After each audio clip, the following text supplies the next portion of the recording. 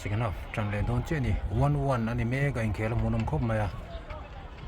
BOR ten Kolasib BOR ten tran do na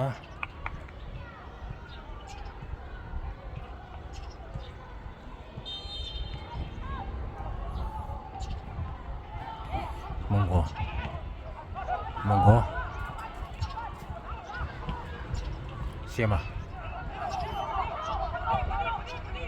Siema tịt lùi vâng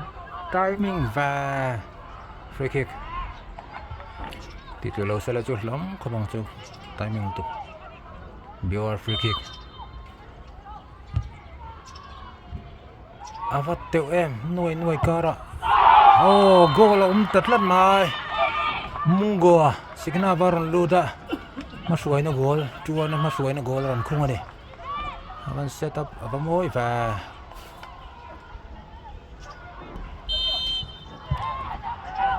Brazil còn tuổi ran trăng lệ nó sa do này Siema avan plan tram Ezra Sotan low block mana corner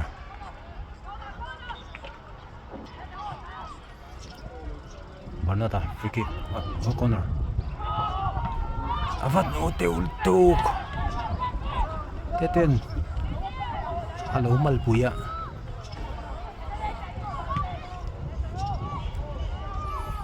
Mongo head chuka follow mani Jonathan free kick pen dona Petrotherio ma lo block mana tegan head chuak dona ball try mà handball là pi là ôm ham ta ngon mai handball lâu xí nè tia cái đá ra lom rồi đi nè dân thân bốc in pet lên đó nè sang sẽ ta nè vào yếm về xuống Mongo tete Pega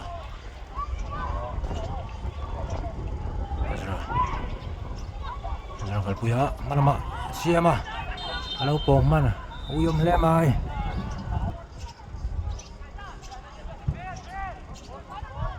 Mongo head chuang ala Siema tete Ezra na dalu da Siema tan ava uyom teu tuk Brazil còn puin kick chuộc về lại đó nè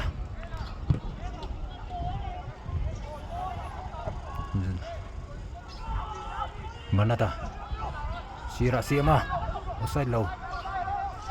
Siema kalpuya Siema cross Ezra Siema naron ped le throw in thể mal tu cái gì ai nông dọc thôi thì dân thằng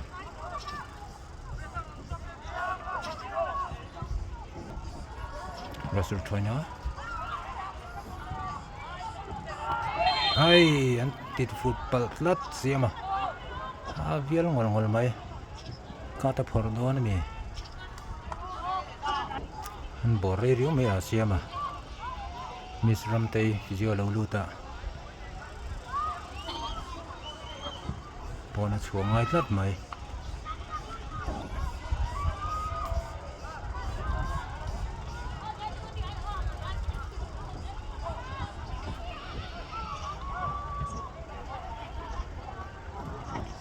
mana ta free kick pen đó nè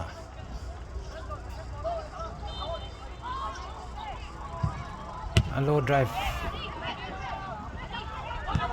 Sasam pun dalun mal Azaria Rasul lamin ron deteka Sasam pun da chuak Asra Azaria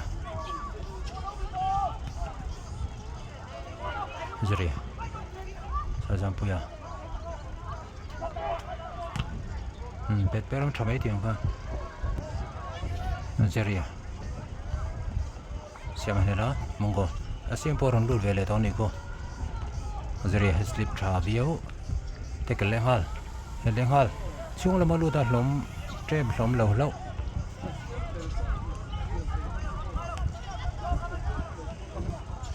Zaria kalma mama tieni chu marnata anim full tat sa puya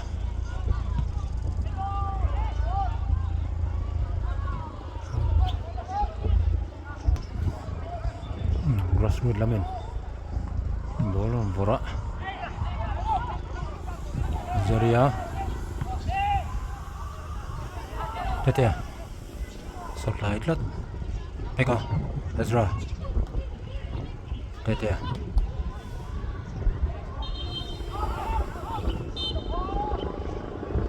Arman titlat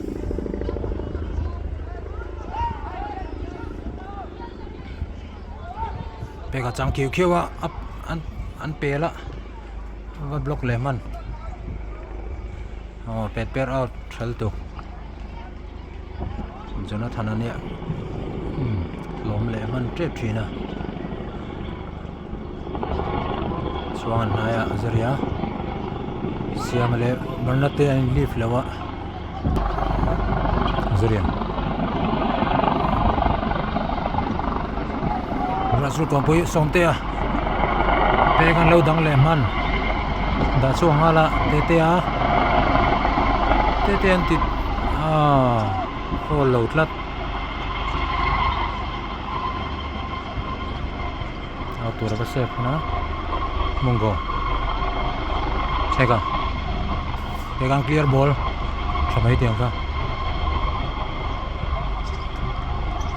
out man lo tlat siama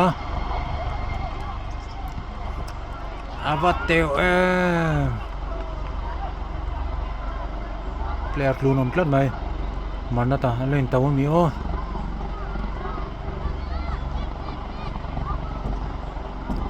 Mizram tay ron tlan lun hal physio tlangai tlan mai ava pui ve Marnata khel chin zom lovin physio in shoi sang tlat mai Vaswilam bol da chuaka dun pet chi lo ni chuanga Edi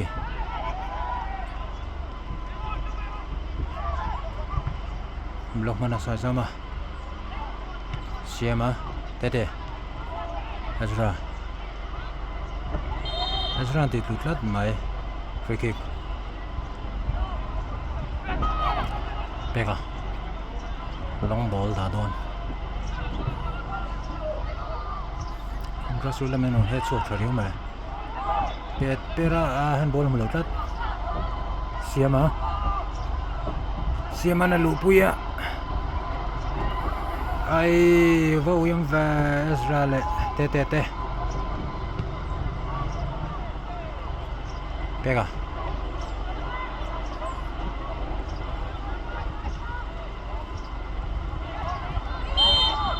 lom let lat grassroot ball vortha alain anlo lai deu lek ning kan tlar man pangka chuang naya sa puya pe sira drop chuangal Ezra siamatan anna shedan mo uyam le me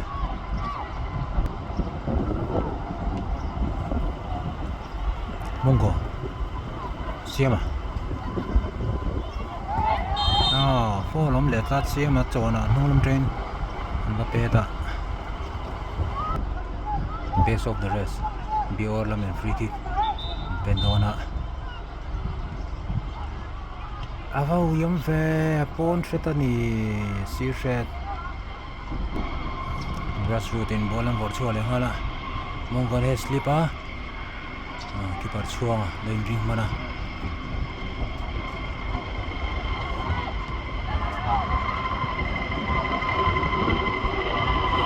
chuang sira tetea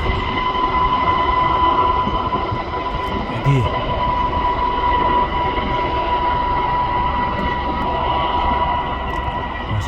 na John Thana ball and pick and revert to Octra Ezra Adi Tete free foot let make out to the my kan ball and see kan ball kan ti BOR ball and see grassroot lampang ball at the right got you Amusuala Nianga pet would do the grassroot lama moti now.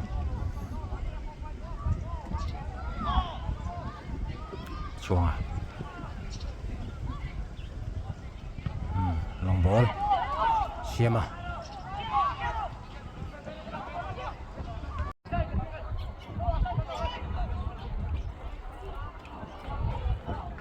Jeria.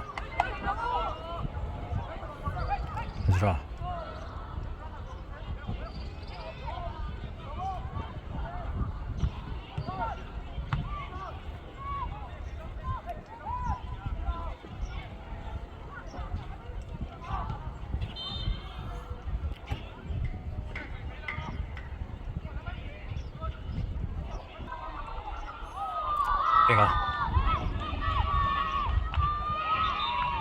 Pega hiện lẽ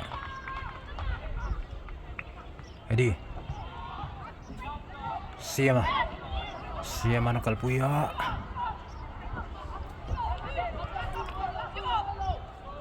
Siema cross Tete Ezra southern block Tete tutlat mai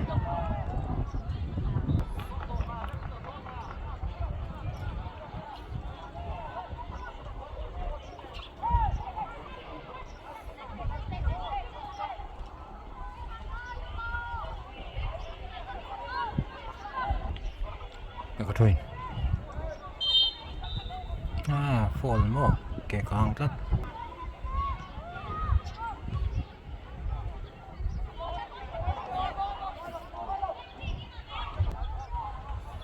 Penga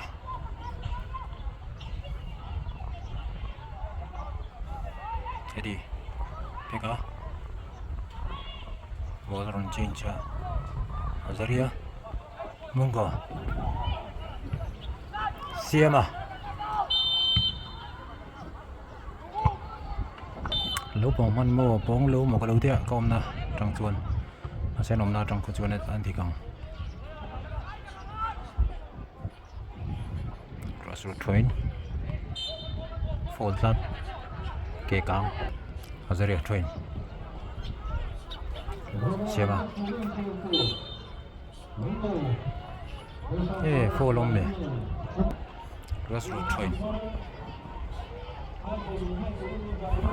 Rồi đã chúa Thằng môi về Jonathan shot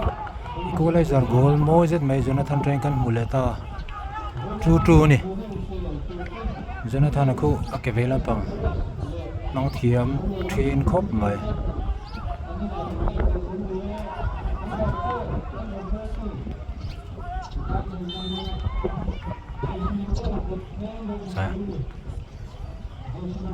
Tete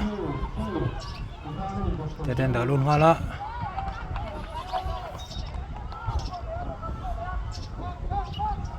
Pega train nani Tete Pega block pantat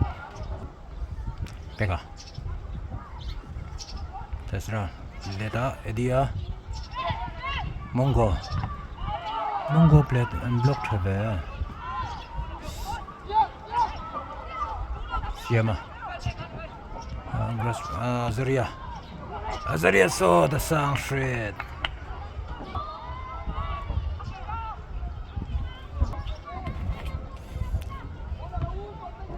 Mongo neta grassroot lamin pasa Ezra malama Siema tan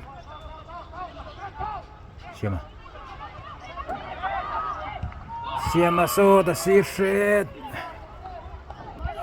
grassroot ball pet suala Siema Ezra Siema's peling hala siaman vorluta te ya keeper per hai per nai deu lek ni misram tai ron tlan lu le ngai tlot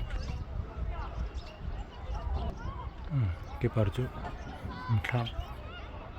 physio den en fia lok don ni keeper thlang ngai sui tlat second keeper ron tlan lu nang mai game start le sajam pu he chung hala sajam pu le zoriate organize mana grassroots lamin tek le hal sopte sate pele thakop mai ain pet chilan mani le mani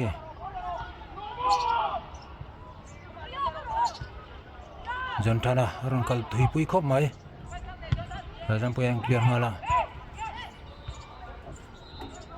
jadi siama tega Ezra siama jadi Ezra tega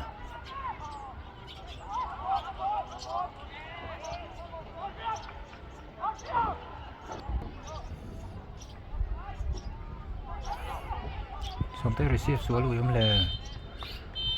Inkhelh top ra tu BOR le Kolasib Kolasib ve BOR le champion team te first match 2-2 in ne to ni Inkhelh munom le mai an khel le zel tu tan do sang nak la ne grassroots kon pui an long ko mai he sin pur masan basud zera Jonathan gol pui ni mangin BOR lampang te lead tuan trong zera atra sim sim Inkhelh munom tak le